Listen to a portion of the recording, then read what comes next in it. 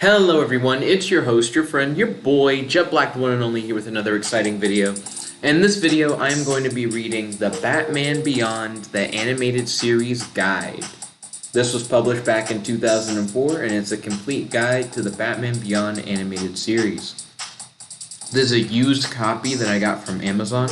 I'm going to read this whole book cover to cover in this one video and give you my thoughts and commentary on it as I read it. Batman Beyond. With the dawn of a new millennium, the sprawling metropolis of Gotham City is a villain's playground. Bruce Wayne is now too old to safeguard the citizens. He must find a new Dark Knight to join his crusade against crime. Full of great images from the award-winning Batman Beyond TV series and DC comic books. In-depth profiles of all the main heroes and villains. Batman data panels feature key facts and information.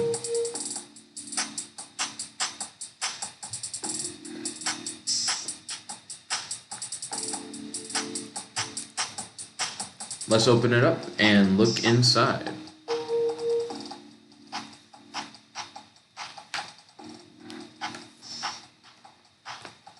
Greetings from New Gotham.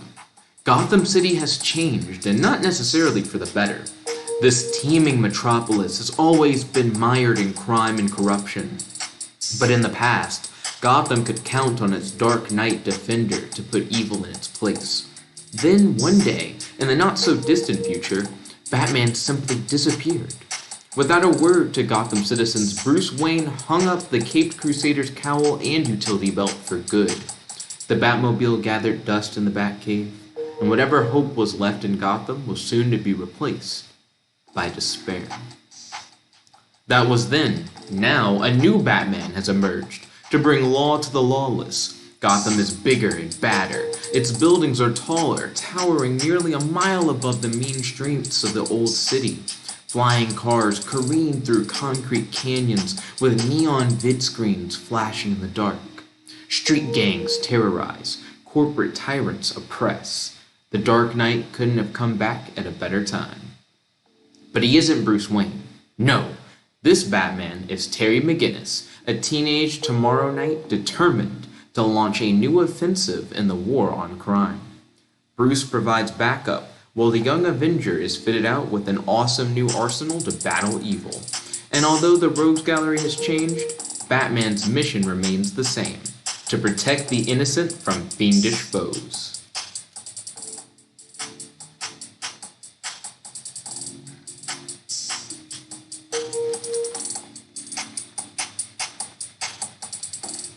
End of the Batman? Batman spent decades fighting an endless war on crime. As time wore on, an aging Bruce Wayne relied more and more on technology to win fights as the Dark Knight. Then one night, he picked up a gun to stop a crazed criminal. What had Batman become? Fist of Fury. Batman began to slow down as he got older. To keep up with the younger criminals, the Dark Knight built new weapons to give him an added advantage over his adversaries. New Batsuit. The Dark Knight eventually built an entire supercharged Batsuit.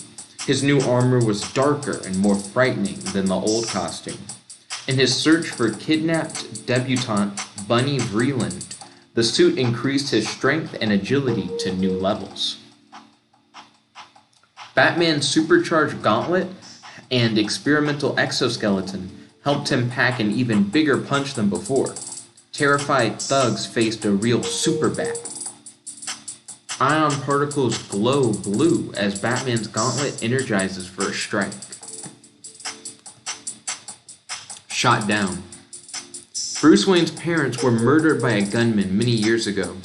As Batman, Bruce vowed never to use a firearm, even to save his own life. Unfortunately, it was a promise he was destined to break. Bruce was so ashamed of himself for brandishing a gun that he sealed up Batman's costume in a display case. The Dark Knight was officially retired. Never again, he vowed. Never again. Shut in. Bruce left the Batcave and retreated to his home in Wayne Manor above. There he lived alone with his loyal dog, Ace. His friend and valet, Alfred Pennyworth, had died many years before. From now on, Gotham City would be without its guardian, Dark Knight. Bat data. Bruce was only 10 years old when his parents were killed by a mugger. When he retired, Batman no longer had any loyal partners to help him fight crime.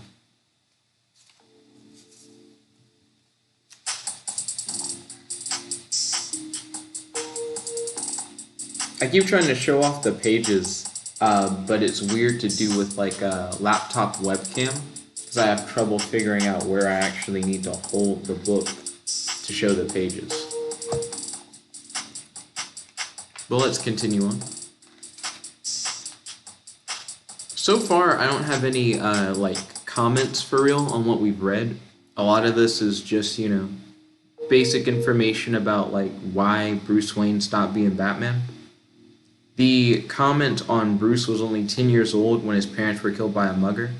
I've heard that his age keeps changing when you look throughout the Justice League DCAU, like DC Animated Universe.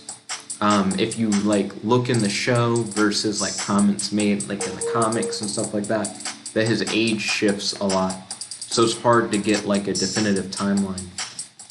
If you guys want to know more about that, Watchtower Database is a channel on YouTube that talks all about it. They have a whole video in the Batman Beyond timeline. A new Dark Knight. 20 years after Bruce's retirement, events would unfold to create a new Batman. Terry McGinnis was in the right place at the right time to defend Bruce from a gang of jokers. The incident made a lasting impression on both.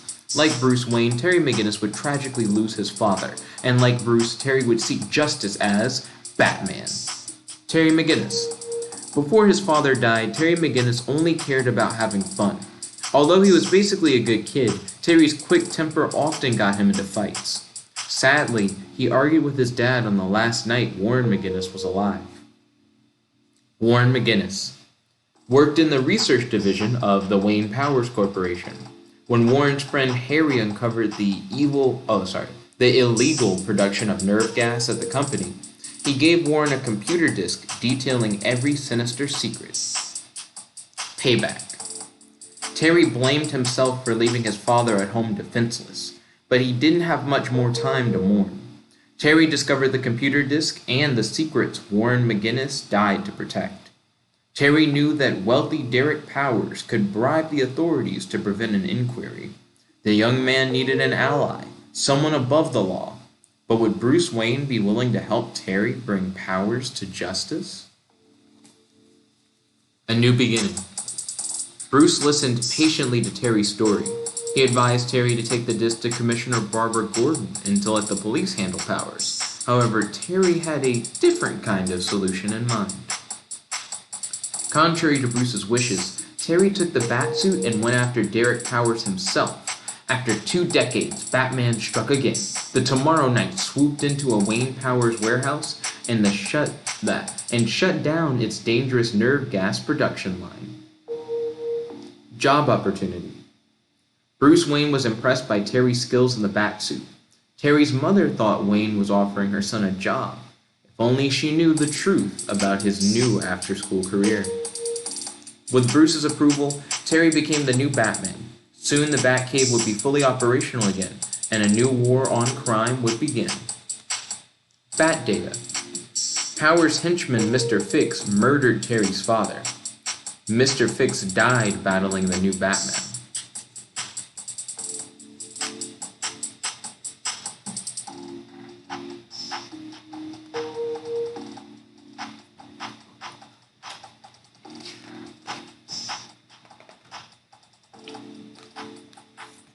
The new Batsuit. Bruce Wayne built the new Batsuit nearly 20 years ago. It was high-tech then and remains cutting-edge in the year 2038. Just look at all the weapons packed inside this sleek costume. Batwings. The Batsuit's retractable wings enable Batman to glide silently and unnoticed through Gotham City at night, just like a bat. Synaptic controls allow Batman to operate many of the Batsuit's functions by thought alone. The Batsuit is linked to Terry's nervous system and increases his strength by 10. So I didn't know that Batman Beyond could trigger a lot of the functions of his Batsuit with his mind. Does that come up in the show ever? That he can control, like, functions of the suit with his mind? It's cool. I like it. I just don't remember that ever coming up. Can you believe that Batman hears with his fingers? Audio receivers in the gloves of the suit allow the Tomorrow Night to pick up distant sounds or eavesdrop on faraway conversations. Wings fold up inside the costume when not in use. Thief trap. Bruce Wayne cleverly booby-trapped the Batsuit so that no one could steal it. If the wrong person dons the costume, Bruce can paralyze the wearer instantly by remote control. You know, it makes sense that it's connected to his nervous system, because that's how he's able to do that. How he's able to, like, remotely, like, shut him down. Bat data. Audio implants in the cowl keep Batman in constant radio contact with Bruce Wayne. The Batsuit is bulletproof and resistant to heat and cold, but not radiation. Invisible touch. By pressing a button on the buckle of his control belt, Batman can become virtually invisible. The Batsuit will blend into any background and is perfectly camouflaged. So, why does he touch the button on his belt if he can control everything with his mind? Couldn't he just think, like, I want to be invisible, and then he'd just be invisible? It's interesting that that's a button. Also, since it is a button, could someone, like, punch him, like, and hit his button, and then he turn invisible? Because they, like, punched him in the button? Bat vision. Infrared optical sensors in Batman's cowl help him to view distant objects clearly in the dark. Video links to the Batcave allow Bruce Wayne to see whatever Terry McGinnis sees, giving the young man an added advantage in fighting situations. The Batman can fly with boot jets, propelling him at high velocities. Rocket thrusters built into his boots allow Batman to blast off and out of danger. With his magnetic soles, Batman can cling to metal ceilings or even walk up walls. Terry has spent many hours examining the circuitry inside the Batsuit. He carries a set of special tools so that he can repair any damage or malfunctions right on the spot. I didn't know that Terry had, like, enough knowledge about how his Batsuit worked to be able to actually repair it. Like, he understands how the circuitry works, and he has the tools he needs to at any time repair his suit. And this is a pretty complex suit, because not only does it have, like, invisibility tech, it also, like, connects to his mind and his nervous system. There's, like, a lot of, like, crazy stuff in the Batsuit, so it's fascinating that Terry's smart enough to do that. I wasn't aware that that was something that he was capable of.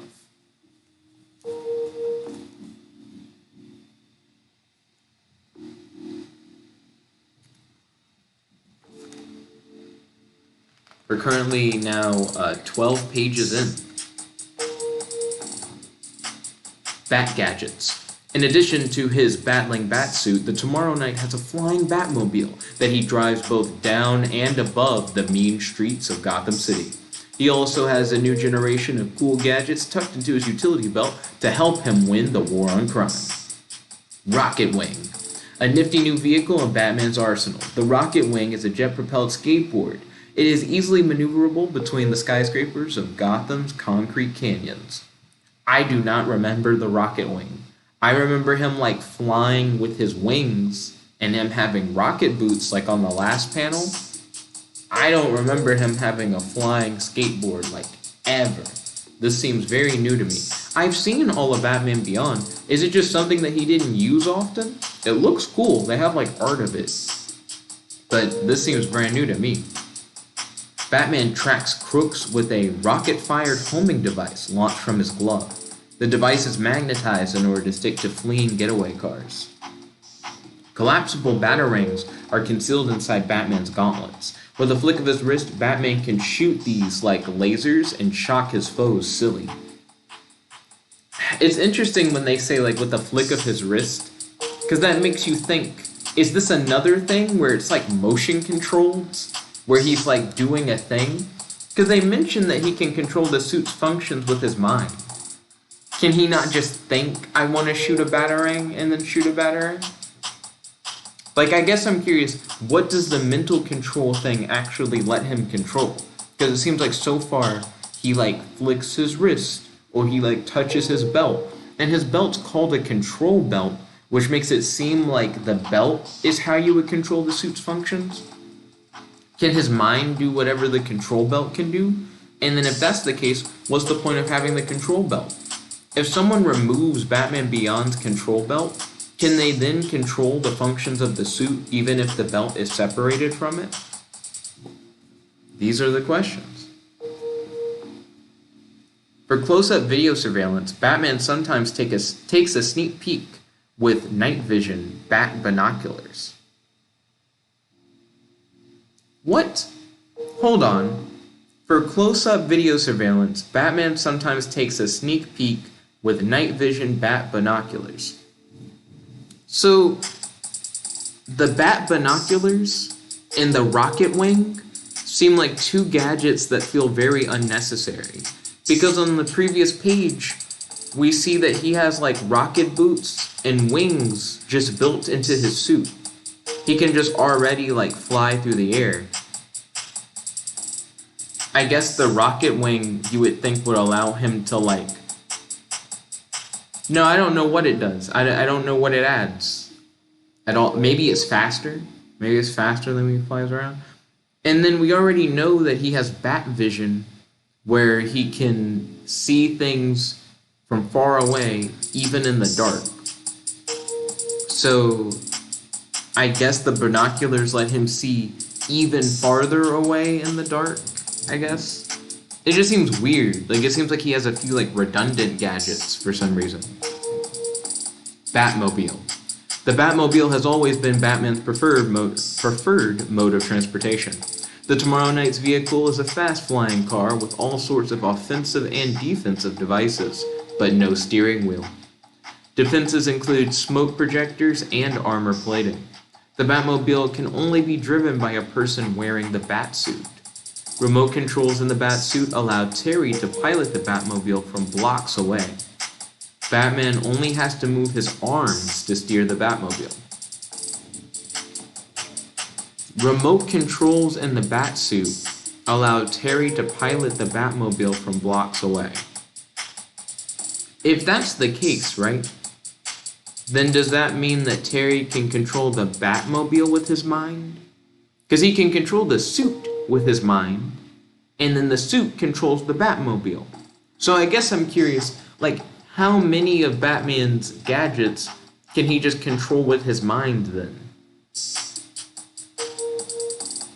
It's weird. And they have this line where they're like, only someone wearing the Batsuit can control the Batmobile. For some reason, I feel like that's not true. Like, for some reason, I feel like I remember, like, Max or something driving the Batmobile. Maybe I'm wrong. But that sounds... Something about that doesn't sound right. Anyways. Bolanet. By twirling and hurling these trio of weighted spears, the Tomorrow Knight can ensnare any enemy in his bat net. He also seems to have magnetic nunchaku, which I didn't know he had magnetic nunchucks. That sounds really cool. They don't even have like an article. Oh wait, yes they do. Other weapons. Batman also carries magnetic nunchucks to bash bad guys.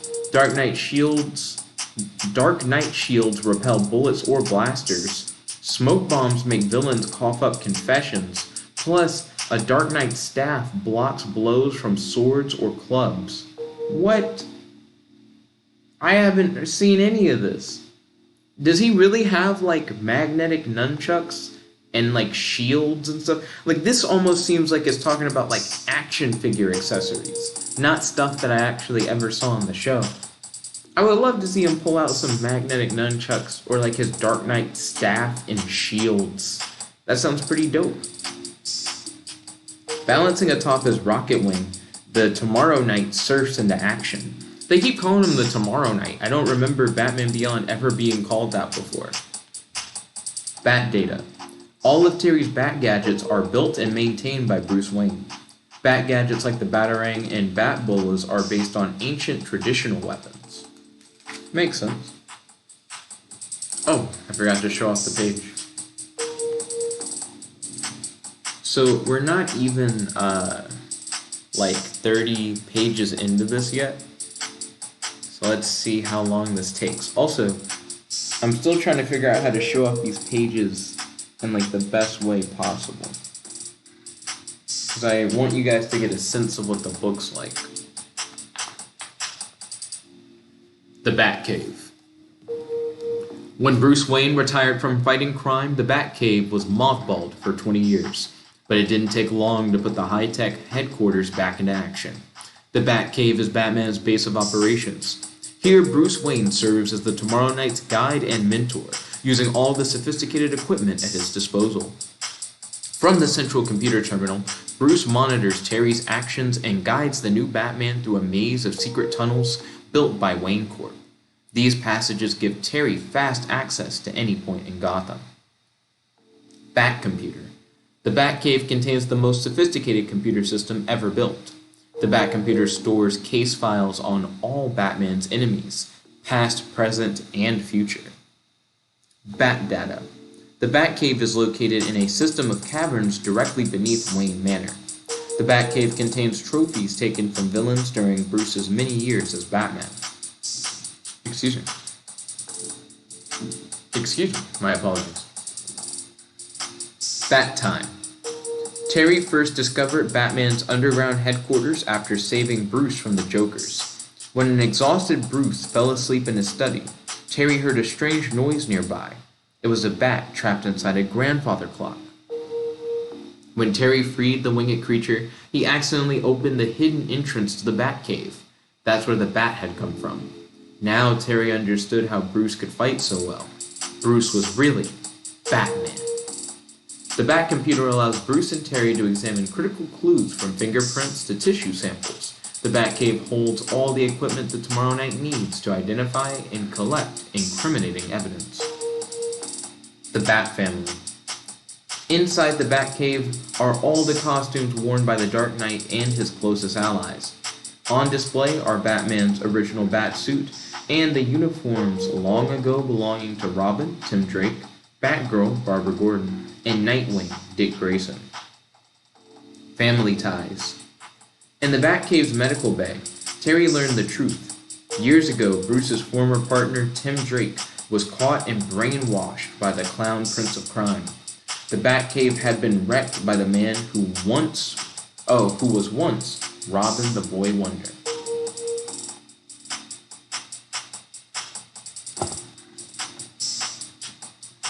Here's a look at the page.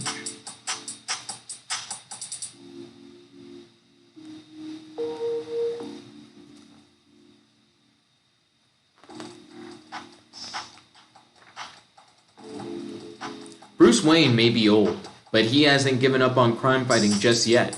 Bruce Wayne uses his many years of experience of Cape Crusading to guide Terry McGinnis as the new Batman. And although Bruce sticks close to the security Batcave, he'll don the old Batsuit whenever two Batmen are better than one. Ace is Bruce Wayne's loyal hound. He guards the estate grounds of Wayne Manor with a fierce bark and a ferocious bite. Bruce is the sole heir of the great Wayne family fortune. He never married, and he has no known heirs or beneficiaries apart from a few retired sidekicks. Bruce Wayne has been battling injustice for decades, but don't let the cane fool you. Although he's aged and a little arthritic, Bruce can still deliver big blows to the bad guys. Bruce met young Terry McGinnis when the teenager helped him to fight off a gang of marauding jokers. However, Ace wasn't sure at the time if Terry was friend or foe. During his years as Batman, Bruce mastered many fields of science, particularly chemistry. He can still whip up an antitoxin to the Joker's laughing gas in no time at all. Bat vs. Bat. Bruce became the Dark Knight again when the villain Spellbinder used televised subliminal messages to make Terry run rampant. The classic Cape Crusader was able to show the Tomorrow Knight a few new tricks. Bruce's last sidekick as Batman was teenager Tim Drake. Tim inherited the role of Robin from Dick Grayson, who became Nightwing as an adult. The former partners eventually reunited when Bruce and Terry saved Tim from the Joker's mind control. Years ago, Bruce Wayne's company was taken over by Derek Powers. Wayne Enterprises was renamed the Wayne Powers Corporation. Now that Powers is the radioactive menace known as Blight, his scheming son, Paxton Powers, has become chief executive officer of this corporate conglomerate. Bat data. Bruce Wayne and Barbara Gordon were once romantically linked. They're like, that's canon, dude. They definitely got together. Okay. Here are these pages. I really like that image of Batman Beyond in the corner.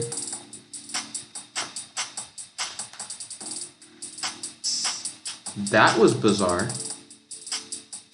I think the power just went out and then came back again. I'm curious how that's going to affect the recording. Or if it'll have any effect on the recording. Also, it looks like my internet router is now kicking back on. I'm glad this isn't a live stream. Anyways, Terry's family. Bruce Wayne had it easier. He never had to juggle home life with the demands of being a superhero. But Terry McGinnis has a family to worry about, and now that he's the man of the McGinnis house, it's getting harder and harder for Terry to conceal the fact that he's secretly Batman. Terry wishes he had spent more time with his father instead of constantly bickering. He also wishes he could have prevented his father's murder. As Batman, Terry hopes to honor Warren McGinnis' memory by defending the helpless. Mary McGinnis. Following her husband's death, Terry's widowed mother now works full-time to provide for her two sons. Mary McGinnis is grateful to Terry for helping out with his father... helping out... Sorry, I don't know what happened there. My brain was like mixing the letters around. Mary McGinnis is grateful to Terry for helping out with his after-school job, assisting Bruce Wayne. Terry's 8-year-old brother Matt loves video games and idolizes Batman. Often, the McGinnis boys tease and torment each other. Little does Matt know that his older brother and his hero are one and the same. Family Day. No matter how busy they are, the McGinnises always find time for Family Day fun. Once each month, Mary, Terry, and Matt spend the entire day together, even when Batman has better things to do. Bat data. Mary once dated a splicer, someone who splices animal genes into his DNA, until Batman revealed the man's true intentions. Matt McGinnis dreams of becoming the Tomorrow Night's junior partner. Her dating a splicer, I don't think that ever happened in the show, but that's actually an interesting concept. Imagine if Terry had a brother who was like a born splicer, like they were born with like human and animal DNA. I think that's like a cool concept. Mary and Matt know that Terry can be a little weird sometimes, but they just chalk it up to teenage growing pains. For their own safety, Terry makes sure that neither mother nor brother finds out that they're related to the Tomorrow Night. Wayne's World. Matt McGinnis is Batman? Well, only in Terry's imagination. Once, Bruce Wayne used hypnosis to implant false memories into Terry's subconscious to fool the Spellbinder. The evil trickster had disguised himself as a school psychologist in an attempt to uncover the Dark Knight's identity. Terry's secret alter ego was preserved because Spellbinder was fooled into believing somebody else was Batman. Why would you want to trick your enemy into thinking that your defenseless little brother was Batman? Like, what if Spellbinder then legitimately went after, like, Matt or something? Now, that would have been a crazy story. I do think that's an interesting fun fact, though. The idea that Terry's mom once dated a splicer. Friends and allies. In the old days, the Dark Knight had a whole host of loyal partners to aid him in his war on crime. The Tomorrow Knight doesn't have a sidekick, yet, but Terry McGinnis does have a few close friends and allies who often lend the new Batman a helping hand. While trailing Blight, Batman met a group of orphans living in the maze-like sewer system beneath Gotham. Terry befriended their leader and protector, Akira. Whenever he can, Batman brings the underground kids food, presents, and all the comforts of home. My boy Batman acting like Santa Claus. Also, an Akira reference? They just straight up named the guy Akira? That's interesting. Dana Tan. Terry's girlfriend Dana is smart and sassy. She also knows that there is more to Terry's after-school job than meets the eye. Although Terry's constant disappearances annoy her, Dana cares for him very much. Eventually, she might just figure out that her beloved boyfriend is Batman. For decades, Jason Blood has advised Bruce Wayne on mystical matters, but Jason doesn't appear to age at all. That's because the magician Merlin once cast a spell on Jason. Etrigan. Like Batman, Jason Blood also has an alter ego, but Etrigan is no costume. He's a real demon. Etrigan once served Merlin in King Arthur's court many centuries ago, but continues to battle monsters and magical menaces unleashed in the 21st century. Jason Blood's young friend Kyle is no ordinary college student. In addition to his regular coursework, Kyle is studying the physics of magic. He invented demonic energy nullifiers and once helped Batman and Etrigan defeat the diabolical Axolano. That's actually really cool, not gonna lie. I like the concept of a futuristic DC college student who studies magic as a science and fights crime alongside Batman and the demon Etrigan. That in its own right, I think, could make for some good stories. Barbara Gordon. Barbara Gordon is the top cop in Gotham, just as her father was before her. As the former Batgirl, Barbara knows firsthand how dangerous costume crime fighting can be. She also knows that Gotham City needs a Batman, whether she likes it or not. The Gordon family. The Gordons have a long history of aiding Batman. As police commissioner, James Gordon was once Batman's closest friend. Without Gordon knowing, his daughter Barbara was fighting crime as Batgirl. These days, she's the commish.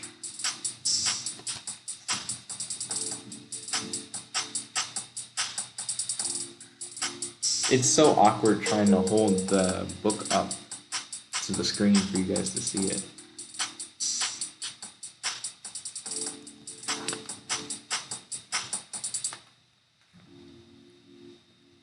Justice League Unlimited.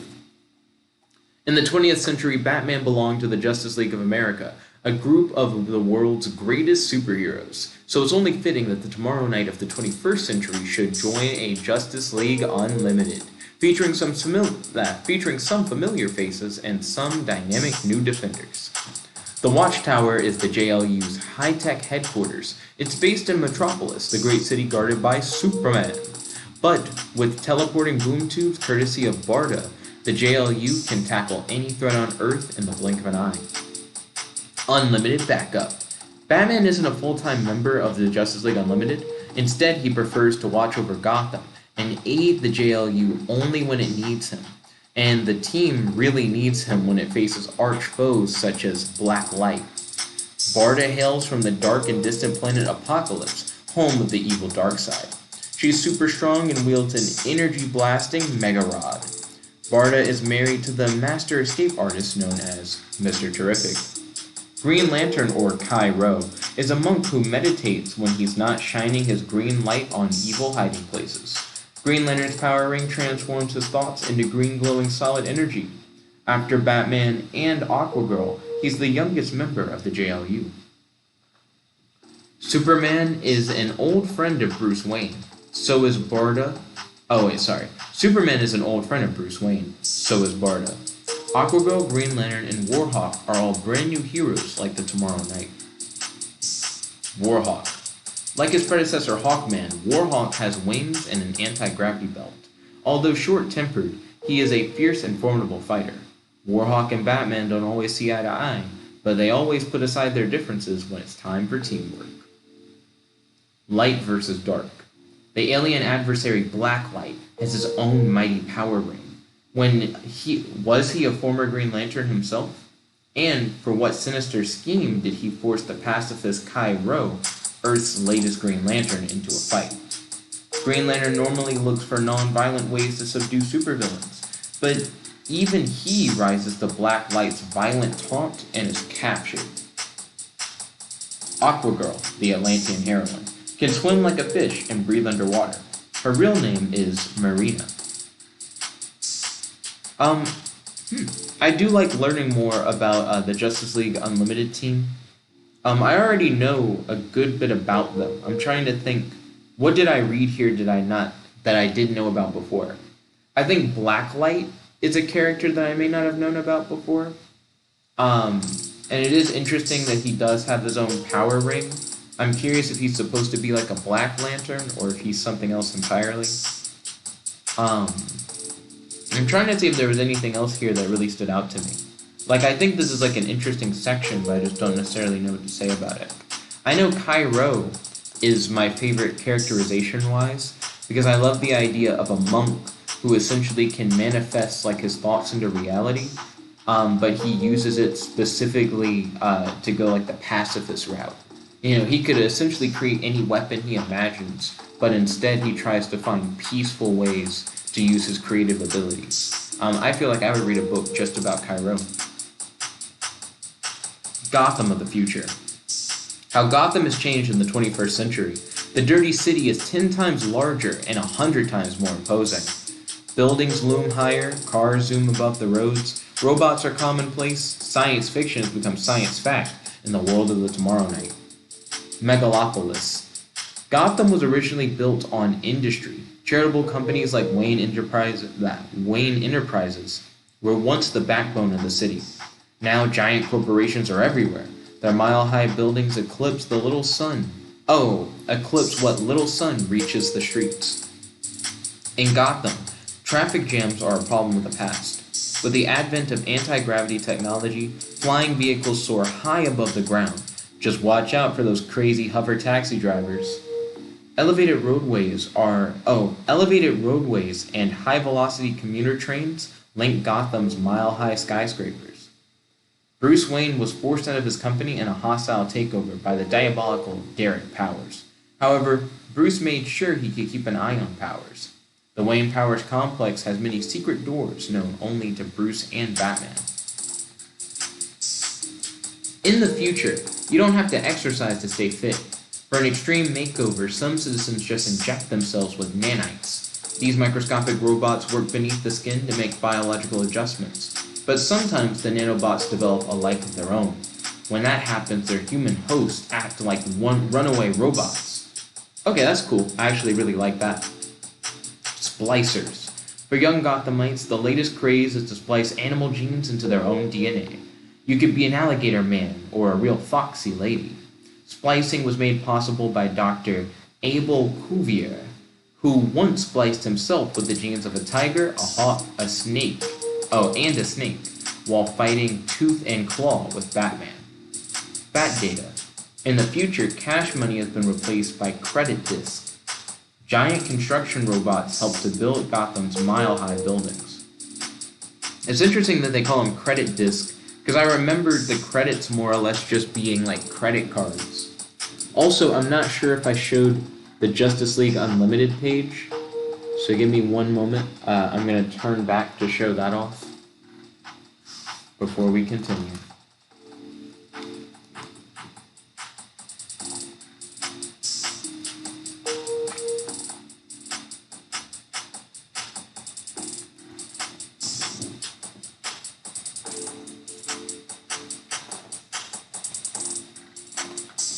The Jokers. There's no doubt that the Joker was the worst foe that Batman ever faced. Happily, the Joker's long gone. Unfortunately, he had the last laugh. Now, giggling gang members wear rubber noses to honor the clown prince of crime. But if it weren't for these hooligans, there wouldn't be a Batman. J-Man. Insane in the brain, J-Man is the leader of the Jokers. He's the only gang member crazy enough to wear the Joker's pinstripe purple tuxedo. Don't be fooled into thinking that this gang member's flower is just a flower. It shoots a deadly nerve gas. Until Batman came back, the Jokers ruled the streets of Gotham, terrorizing teenagers like Terry McGinnis and Max Gibson. Too bad the Jokers didn't know that Terry would soon put a stop to their ha-ha hijinks. Thanks to the Tomorrow Night, new Jokers recruits are fewer in number, but the remaining comedic crooks are dangerously unpredictable. All it takes is a little bad weather for the Jokers to start a riot. Scab and Dottie. Where J-Man goes, low-class clowns Scab and Dottie are never far behind. Scab dons an oversized punching glove to bop Batman. Dottie makes a real club sandwich with her rubber chicken. A spiked rubber chicken, that is. Bruce Wayne took the Joker very seriously. As Batman, Terry McGinnis also has no sense of humor where the Jokers are concerned. He'll deck any of these wild cards without cracking a smile. Watch out, Batman. Dottie's spiky chicken will leave a bad taste in your mouth. A bad taste of blood. Bat Data. Other Joker's goons include J-Man's second-in-command Smirk and the pie-throwing Co. Return of the Joker. You can't keep a good maniac down. Years ago, the Joker kidnapped and tortured Robin. Batman eventually caught up with the clown prince of crime, but rather than escaping, the Joker electrocuted himself. At last, Batman's most terrible enemy had met his end. Or had he?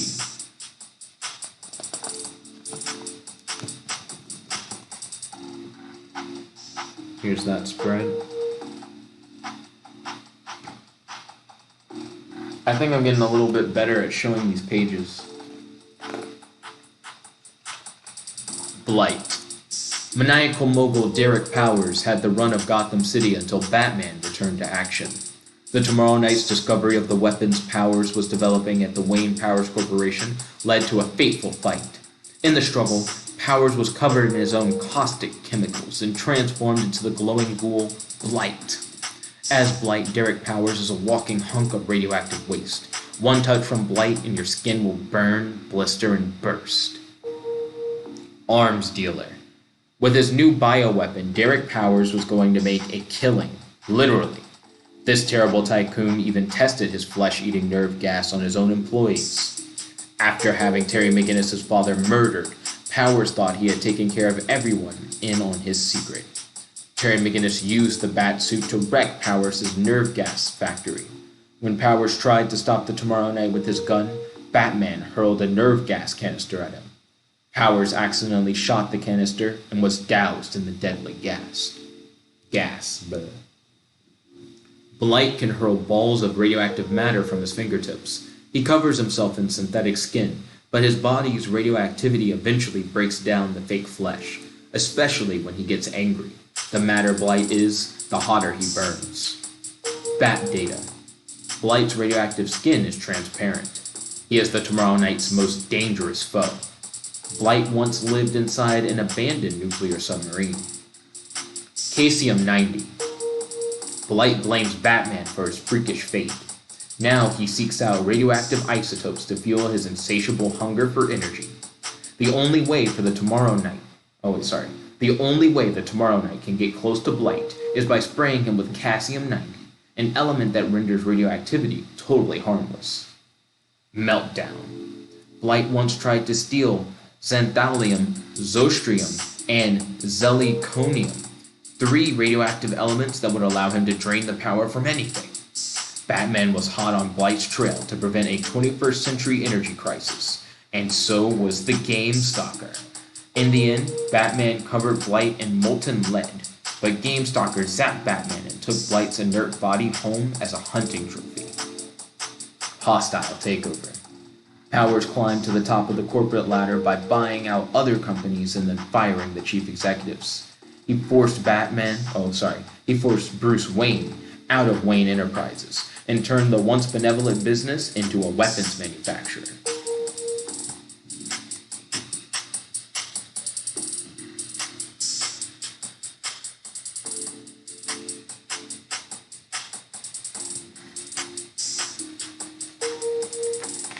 We're now on page 30. Shriek. Hey, what's that sound? By the time you hear the sonic blasters of Shriek, it could already be too late. The sound engineer Michael Shreve became a pawn of Derek Powers in order to save his lab from bankruptcy. As the sonic villain Shriek, Shreve knows how to turn noise into a weapon of mass destruction. Built-in sonic blasters amplify sound to earth-shattering levels. Hearing loss. Ironically, Michael Shreve is stone deaf. He is unable to hear any sounds, and so is unaffected by Shriek's sound suit. Shreve knows how to read lips, but he turns away from his prison cellmate's constant chatter in order to get a little peace and quiet. Shriek's sound suit is made from the advanced alloy acoustium. With the right sonic modulation, Shriek's sound generators can pull over buildings. A certain frequency can even shred his criminal cohort's clothing like paper. Imagine what it would do to the Batsuit. So he's at least building level. We know that he could level a building if he wanted to. Batman didn't know it, but Shriek saved a Batarang from his last scuffle with the Tomorrow Knight. Patiently, the villain searched for the correct vibrational frequency to shatter Batman's weapons with white noise. His ability to, find certain vibrational frequencies makes Shriek really interesting, because a lot of times in the DC multiverse, the way that you travel between universes is by manipulating your vibrations. I'm curious how much control Shriek has, and if he was aware of this, if he could use his powers similarly to how Vibe uses his powers. Sound off. The next time they battled, Shriek tried to deafen Batman with his own sound generators. Unfortunately for Terry, bats have big ears. The Batsuit could only muffle so much. Numbed by the noise, Terry was helpless as Shriek sounded off and overloaded the circuits inside the Tomorrow Knight's high-tech costume. Shriek's sound masker creates total silence, allowing him to creep up on Batman unheard. Shriek may have figured out how to destroy the Tomorrow Knight's gadgets, but Terry also came armed with the original Batman's tools of the trade. Shriek didn't have time to remodulate his sound generators to rock a classic Batarang. Bat data. The Tomorrow Knight relied on Ace's acute canine hearing to track down Shriek. Shriek once drove Gotham's animals into a frenzy by sending screeching sound waves across the city. Listen to the music. Terry knew that the only way to silence Shriek was to make him listen to his own staggering sound waves. Overloaded by its power, Shriek's sound suit self-destructed. Ink. Ink is the most slippery supervillain the Tomorrow Knight has faced so far. Once a beautiful young woman, Ink became a shape-shifting saboteur after being subjected to mutagenic experiments. Now she's a living liquid who pours herself into her work. Liquidity. Mutagenic experiments transformed Ink into a polymorph. She can mold her body into any shape imaginable. In her liquid form, it's easy for Ink to slip through tight ventilation ducts or slide right under locked doors. Batman first fought Ink after Derek Powers hired the crafty corporate spy. She made her mark by blotting out a business rival. When you are polymorphic like Ink, it's easy to shapeshift yourself into a living weapon. Watch out, Batman, it's hammer time. Ink's only problem with being a liquid lady is that she sometimes leaves drops of herself behind following a fight. Terry scooped up a sample of Ink and took it back to the Batcave for Bruce Wayne to analyze. Bat data. Ink's real name is unknown, perhaps even to her. To defeat Ink, Batman and Bruce Wayne fought her with a fire hose and then stopped her cold with Mr. Freeze's freeze gun. An evil scientist developed special implants to help Ink to regain some solidity, but Ink had to commit crimes to pay him back and suffered his wrath when she didn't deliver what he wanted. Corporate spy. Ink sells her skills to the highest bidder, but only to raise funds to find a cure for her condition. She hacks into computers for any information that might make her whole again. Usually, Ink can maintain a measure of solidity. By the time the evil scientist figured out how to make her half-liquid body melt into a puddle, Batman was on her side. Dipped in ink. One of Ink's strangest powers is the ability to envelop someone with a thin coating of her viscous body and make that person do her bidding. Is that a spot on your suit, or are you covered in ink? So Ink is actually pretty broken. So I didn't know she was a hacker. I knew that she was an assassin. I knew that she was an assassin. I knew that she could shapeshift. I knew that she could shapeshift into weapons. I don't remember her being able to put her ink on people in order to control them. That seems like a really good power. Because not only can she shapeshift, but she can also just take over other people. Ink could be like one of Batman's most powerful villains.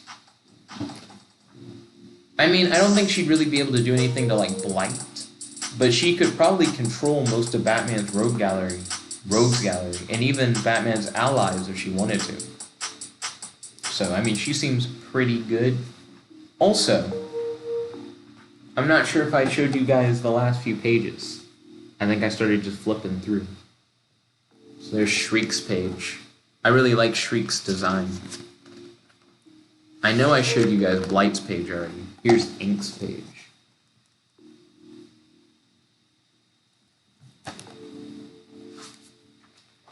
Let's keep rolling.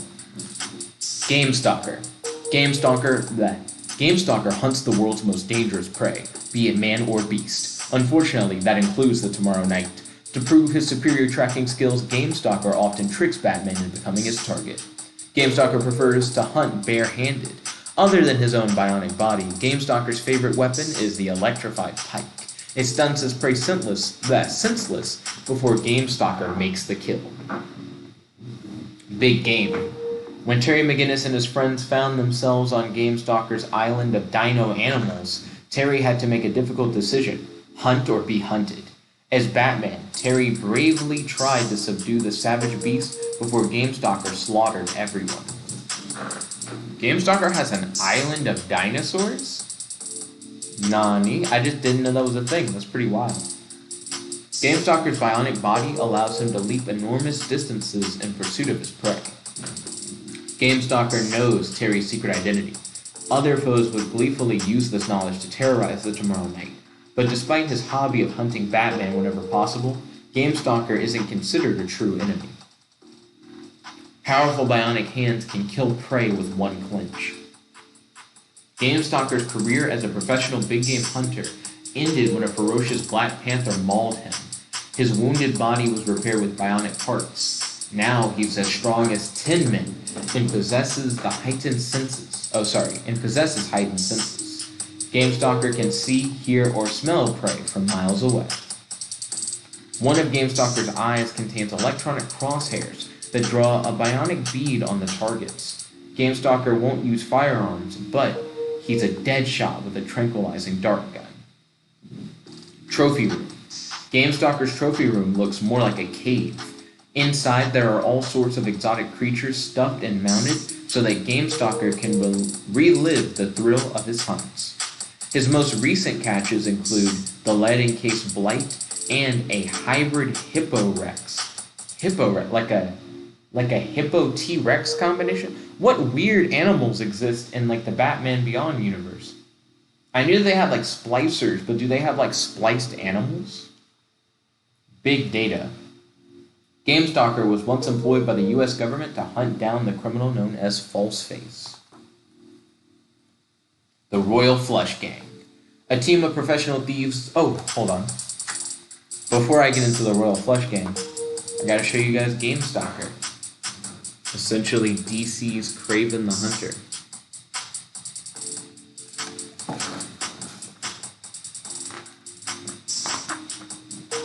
The Royal Flush Gang.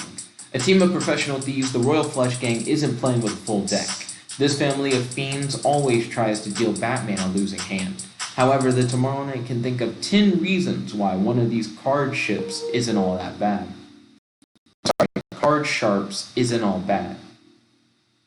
The Royal Flush Gang is a family affair, with Father King, Mother Queen, Son Jack, Daughter Tin, and an android Ace up their sleeves. The gang raises the stakes of villainy by riding into action atop flying playing cards. 52 pickup. King swings a sword, Queen has a scepter. Jack likes daggers. Otherwise, the gang's weapons are all concealed as cards. Better fold, Batman. Jack's hand could include razor-sharp blades, smoke bombs, or even a full house of high explosives. Tin had no such luck convincing her family to throw in their cards and rehabilitate. If she turns her life around, Terry might just be there for her when she gets out of jail. The Royal Flush Gang's Tin is a pretty teenage girl named Melanie Walker. After falling in love with Terry, she tried to give up crime. Once, an imposter Royal Flush Gang tried to bluff Batman into thinking Melanie was back to being bad. Ma Mayhem. I remember Ma Mayhem. She's a really wild character. The Mayhems are another family of related rogues. Ma Mayhem is the leader, a malicious matriarch who doesn't spare the rod when she spoils her slow-witted sons. The Mayhem Bunch specializes in jailbreaks and jewel heists. A wicked woman, Ma Mayhem is as strong as she is mean. Suffering anxiety from being separated from her sons, Ma planned her own bold breakout from prison. Carl and Slim. The Mayhem boys are totally loyal to Ma. Big and tall Carl is the muscle of the gang. Short and mousy Slim Mayhem always drive the getaway car. Carl and Slim know better than to sass their Ma. First it's a slap, after that they'll get a real licking. The Mayhems added abduction to the rap sheet when they kidnapped Princess Vinashiri of Afghanistan. Thankfully, Batman was close behind to liberate her from these folksy felons.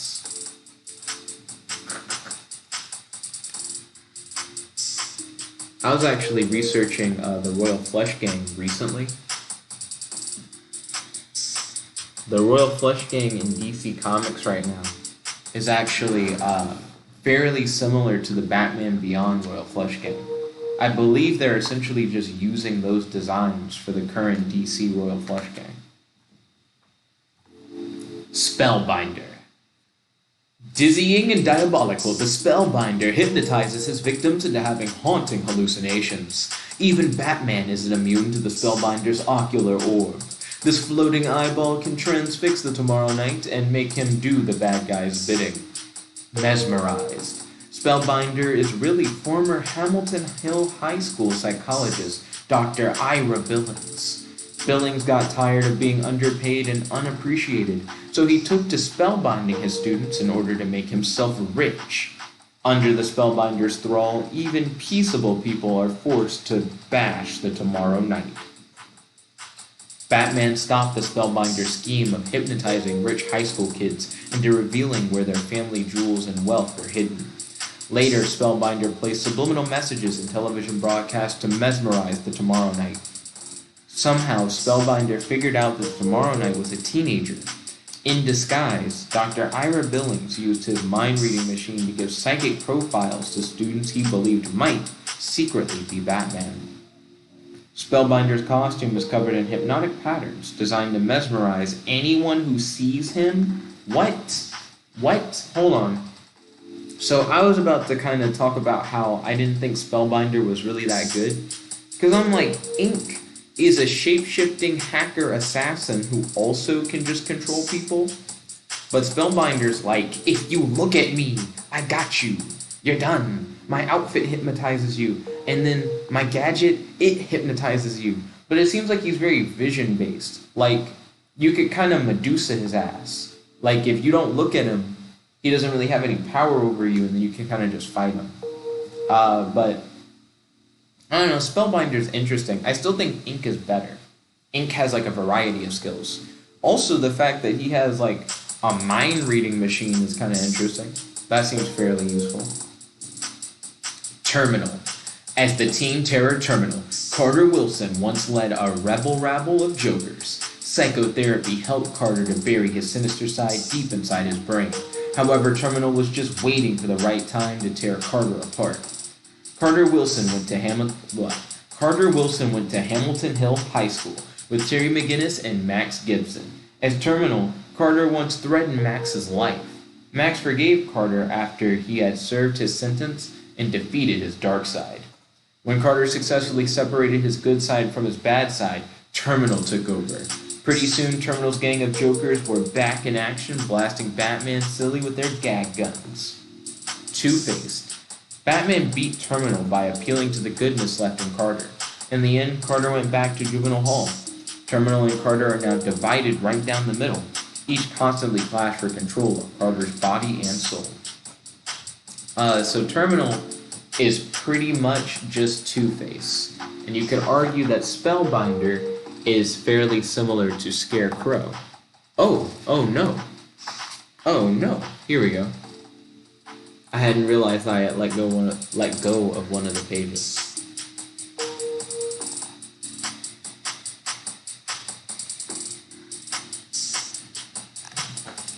There we go.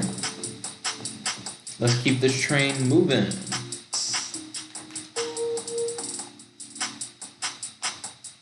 The Assassins. It's bad enough that the Tomorrow Night has enough enemies to fill an entire prison, but then there's also the Society of Assassins, a plethora of professional killers, and there's rivalry among the Society's members to be the one skilled enough to slay Batman. Corrare will sometimes throw her blade with deadly accuracy if she can't get close enough to stab. Corrare, stealthy as a shadow and nimble as a ninja, Corrare is armed with a scimitar that can slice through anything. Batman first fought this lady killer when she tried to terminate DA Sam Young, Commissioner Barbara Gordon's husband.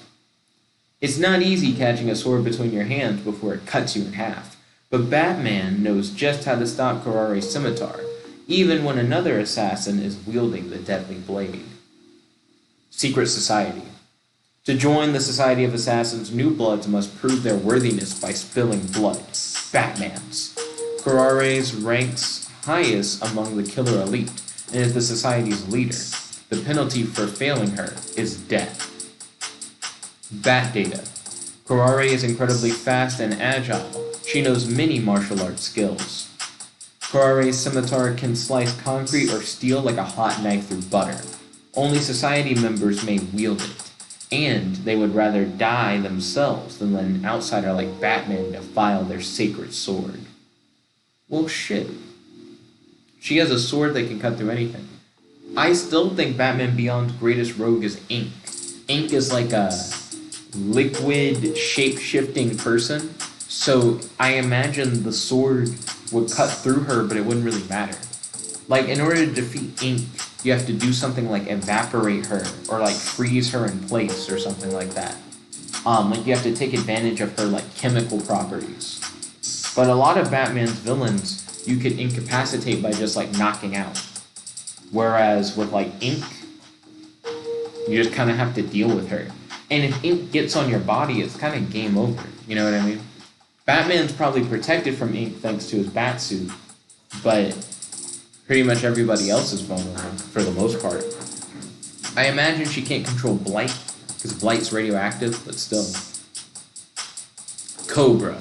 The cult of Cobra has existed for centuries. The Dark Knight fought it during his crime-fighting career, and now the Tomorrow Night continues the struggle to stop these terrorists once and for all. Cobra's worship, chaos, and aim Cobra's worship chaos and aim to bring anarchy to Armageddon to the 21st... Oh, sorry. I can't read. Cobra's worship chaos and aim to bring anarchy and Armageddon to the 21st century. The Cobra cult has thousands of scaly soldiers slithering about to make this bad dream come true. Serpent eggs. Some soldiers join Cobra willingly. Others are shanghaied into the Serpent Society. Batman stopped Cobra from kidnapping Gotham's homeless people and brainwashing them, converting them into the cult. Cobras wear gloves with a poisonous touch. This mind-bending snake serum can make the Tomorrow Night into a Cobra soldier. Thank goodness the Batsuit is impenetrable to venom. So Batman fights 3 mind-control villains from what I can tell. He fights Cobra, who has the mind-control venom. He fights Spellbinder, where if you even look at Spellbinder, he can control you. And he fights Ink, where if Ink gets any of her ink on you, she can control you. I still think Ink is the best. I find it interesting that Cobra is able to like kidnap homeless people and turn them into their Cobra soldiers. I think that's kind of cool. Let's see. Some Cobra cultists carry electrified snake staffs. To his dismay, Batman discovered that there's no cure for this blazing bite, so Batman seems to be hurt by electricity. Bat Data. A Cobra agent once abducted Terry McGinnis' friend Max Gibson into a forced marriage. Oh, that's very specific. I did not know that was a thing. Oh, also, I gotta show you guys that page. We're now an hour into this video. I'm glad I started it when I did. Otherwise, I would have started it too late.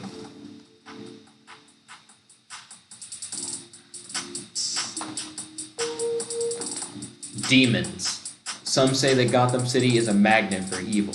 Occasionally, it even becomes a gateway to the underworld. Terry McGinnis has seen some strange things as Batman, including a whole host of nightmarish demons. The first demon Batman ever encountered was Axolano. This dark devil was once imprisoned by Merlin the Magician. But what is he doing in 21st century Gotham City? Teenager Preston Leeds was responsible for unleashing Axolano on an unsuspecting Gotham. Preston was researching Merlin's book of spells on his computer and accidentally cast one himself. Axolano and Preston were hopelessly bound together. Batman Beyond exists in a future where college-age teenage students are researching and studying magic. Where's that spinoff? Where's a whole show about that? I love that as a concept. Plenty of comic books are about kids studying magic. There's a Marvel book that's essentially the X-Men, but they're not mutants. They suddenly learn that they develop magic powers and they go to school to learn magic. But I love the concept of in this Batman super futuristic city. You also have these people who are studying magic, but they're not studying it in some arcane way. They're trying to understand the science of it, and it introduces this interesting parallel of science and magic coexisting in this futuristic world. It's really cool. Digimagic. To subdue Axolano, Batman called upon Bruce Wayne's old friend Jason Blood and a young college student named Kyle. By mixing old magic with new, Jason Blood's demonic alter ego Etrigan joined the fight to fight Axolano, while Kyle trapped the devil inside a digital dungeon. What? They can trap demons in digital worlds? Oh, come on. That has to be it. Why isn't that a book? That should be a whole thing. I want to follow Kyle and Jason Blood's adventures as they trap demons in a digital world. There's so much you could do with that. Batman learned the hard way that Axolano wasn't easy to punch. The demon could make himself as immaterial as a phantom when struck, or as hard as a rock when he wanted to strike back. Ooh, he can do density shifting? That's pretty good. That's pretty powerful. So now I'm who's better, Axolano or Ink? Axolano could choose to be immaterial for as long as he wanted, and then he could put his fist through your head and then make it material while it's inside your head and your head blows up. There's not much you can really do about that. Bat data. All the magical power of the dark universe is at Axolano's command. Yo, what is the dark universe? For one, because this is before the dark multiverse stuff. And all of it's at his command. So he's one of the most powerful magical beings then. If he just controls all magic. He has to be one of Batman Beyond's best rogues. He's definitely up there. I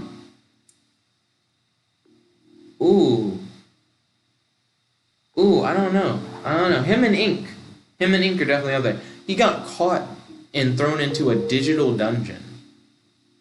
So he can get trapped in computers. Can they only trap demons in computers, or can they trap anybody in computers? Because that seems pretty broken.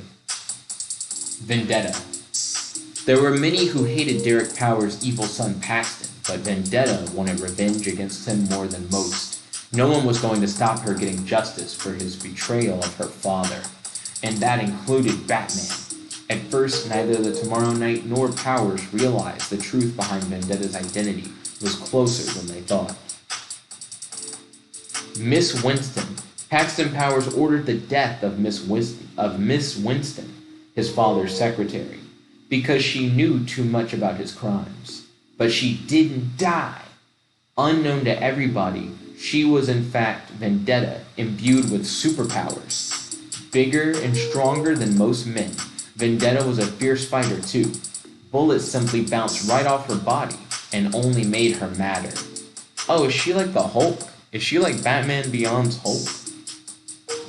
Excuse me. Though no one heard her, Vendetta once confessed her love for Derek Powers. She even sacrificed her own well-being to protect the Wayne Powers Corporation.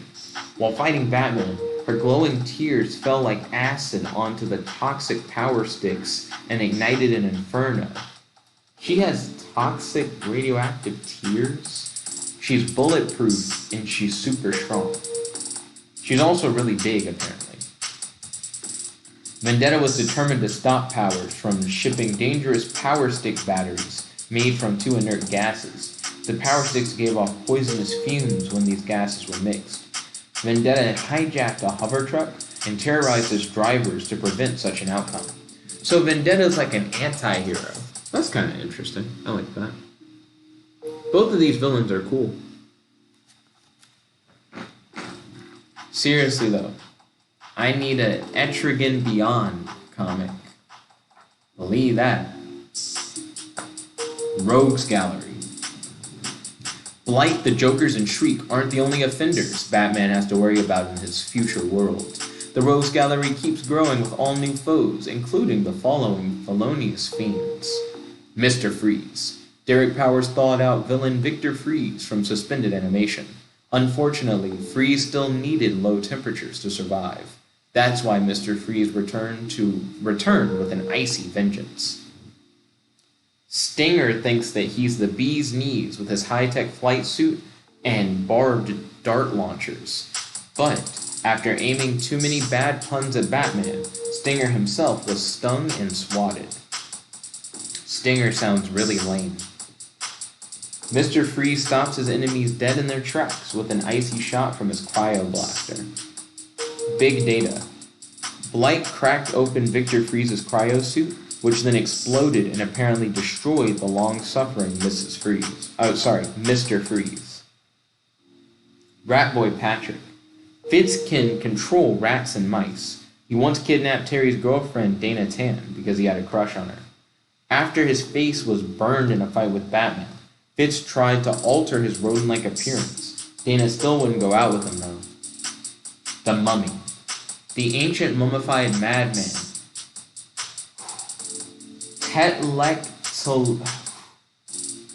Teklektelodi came back to life for the sake of his princess bride, Dinah. However, this mummy thought Terry's girlfriend, Dana, was the reincarnation of his true love. Oh, 2 villains in a row who were just obsessed with Terry's girlfriend. Erica Electra. Erica Grace isn't evil at all, but she did fall foul of Batman once. Armed with anti-gravity boot disc and supercharged shocker gloves, she became Erica Electra in order to force Dr. Roberto Varcani into admitting that he had stolen scientific designs from her father. Oh, she's just straight up a good guy. They were like, she isn't evil at all, but she did fight Batman once. So she's cool. I like that she flies around on flight disc and she has like shock gloves. Seems like a cool concept. But she's not on like Justice League Unlimited. Would have been cool if she was on like the super team. Super people. I understand why like Vendetta isn't on the team. I don't know why Etrigan isn't on the team. You think Etrigan would be on the team. I know why Kyle isn't on the team because he's in college. Still, is interesting. The Golem. Originally, the Golem was a GLM construction robot, mind-controlled by twisted teenager Willie Watt. The second Golem was a walking pile of scrap metal assembled by Morgan Bickford after authorities unjustly separated Morgan from his father. Big data. Bullying by his father and fellow students drove Willie Watt to seek revenge with the giant robot Golem.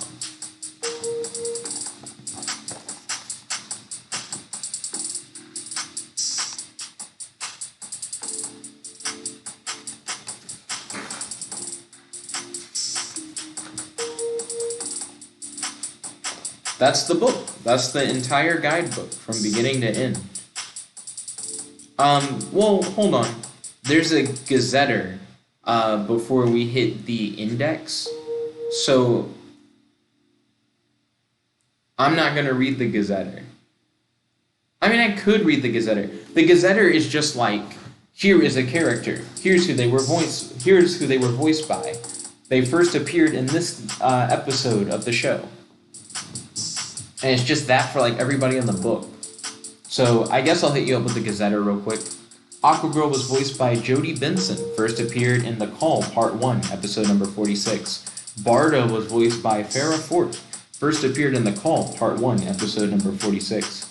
Bruce Wayne Batman, voiced by Kevin Conroy, first appeared in Rebirth, Part 1, episode number 1. Commissioner Barbara Gordon, voiced by Stockard Channing, and Angie Harmon, first appeared in Rebirth, Part 1, episode 1. Oh, yeah, 2 voice actors. Carrare, voiced by Melissa Disney, first appeared in A Touch of Carrare, episode number 12. D.A. Sam Young, voiced by Paul Winfield, first appeared in A Touch of Carrare, episode 12. Dana Tan, voiced by Lauren Tom, first appeared in Rebirth, Part 1, episode 1. Derek Powers / Blight, voiced by Sherman Howard, first appeared in Rebirth, Part 1, episode 1. Dr. Abel Cuvier, voiced by Ian Buchanan, first appeared in Splicers, episode number 14. Dr. Stephanie Lake, voiced by Linda Hamilton, first appeared in Meltdown, episode number 5. Game Stalker, voiced by Carl Lumbly, first appeared in Bloodsport, episode number 19. Green Lantern, voiced by Lauren Tom, first appeared in The Call, Part 1, episode number 46. So Green Lantern has the same voice actor as Dana. That's interesting. Ink, voiced by Shannon Kinney, first appeared in Blackout, episode number 3. Jack, voiced by Scott Cleverton, first appeared in Dead Man's Hand, episode number 8. King, voiced by George Lazenby, first appeared in Dead Man's Hand, episode number 8. Mom Mayhem, voiced by Kathleen Freeman, first appeared in The Egg Baby, episode number 32. Mary McGinnis, voiced by Terry Garr, first appeared in Rebirth, Part 1, episode number 1. Matt McGinnis, voiced by Ryan O'Donoghue, or Donahue, first appeared in Rebirth, Part 1, episode number 1. Max Gibson, voiced by Cree Summer, first appeared in Hidden Agenda, episode number 18. Micron, voiced by Wayne Brady, first appeared in The Call, Part 1, episode number 46. The fuck? I don't remember Micron. I know that he's in, like, Justice League Unlimited, but I read the Justice League Unlimited section. I didn't see Micron in this book. They're listing his first appearance as if he's shown. He's not even shown in the book. There's not even, like, an image of Micron in the book itself. They only show Barda, Green Lantern, Superman, Warhawk, and Aquagirl. So that's weird that they didn't show the future Atom. Mr. Fix, voiced by George Takei. I'm not sure if I said his name correctly. First appeared in Rebirth, Part 1, episode number 1. Patrick Fitz, Ratboy, voiced by Taron Noah Smith, first appeared in Rats, episode number 22.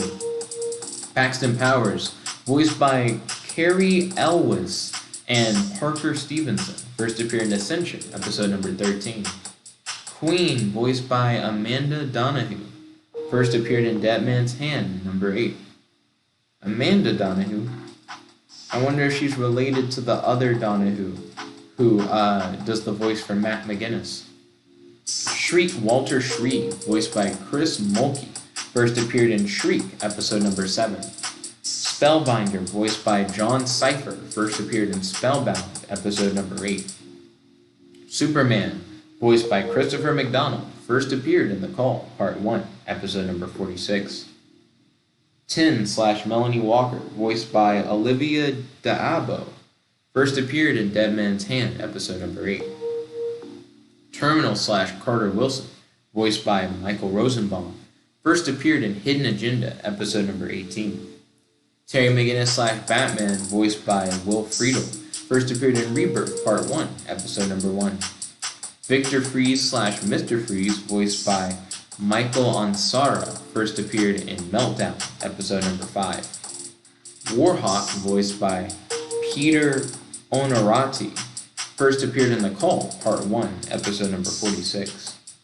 Warren McGinnis, voiced by Michael Gross, first appeared in Rebirth, Part 1, Episode 1. Willie Watt / Gollum, voiced by Scott McAfee, first appeared in Gollum, Episode number 4. Yeah, and that's the whole book. After that is the index, and then we have acknowledgments. Dorling Kindersley would like to thank the following DC artists for their contributions to this book: Terry Beatty, Rick Burchett, Dan Davis, Jordy Ensign, Min S. Koo, Rob Lay, or Lai, might be Rob Lai, Ande Parks, or And Parks, I don't know how to say the name, Sean Parsons, Craig Russo, and Joe Staton. The author would like to gratefully thank Steve Cortez, Alastair Dougal, Robert Perry, John Richards, Chris Sarasi, and Jennifer Maiskowski. Dorling Kindersley would like to thank Steve Corte and Chris Sarasi at DC Comics. And that's the animated series guide for Batman Beyond, cover to cover. We just finished reading this entire book together. Thank you all for watching. What are you guys' thoughts? My main thought is that Ink is like my favorite villain of Batman Beyond, and that Etrigan is like one of the most interesting heroes of Batman Beyond, I'd have to say. If Etrigan and Kyle fought Ink, maybe that'd be interesting, since they research the science behind magic, and Ink is trying to find a way to turn herself back to normal. So maybe she tries to steal some of their research so that she can use magic to try to turn back to normal. So then Etrigan and Kyle have to fight in order to get the research back. But of course, fighting her means having to fight a shape-shifting, mind-controlling hacker assassin who now would have magical capabilities. So that'd be pretty cool. But anyways, what are you guys' thoughts? Definitely let me know in the comment section below. Should I try and make a sentient AI based on the Batman Beyond universe? I think it would be really interesting, and there are a lot of crazy paths that the sentient AI can go on if they were a part of this universe. Anyways, I'd like to thank you all for tuning in. If you guys like this video, make sure to smash that like button, favorite, comment, subscribe, and ding ding ding, ring the notification bell to be notified whenever we do these videos. This is your host, your friend, your boy, Jeb Black One Only, logging out. Thank you all once again, and peace.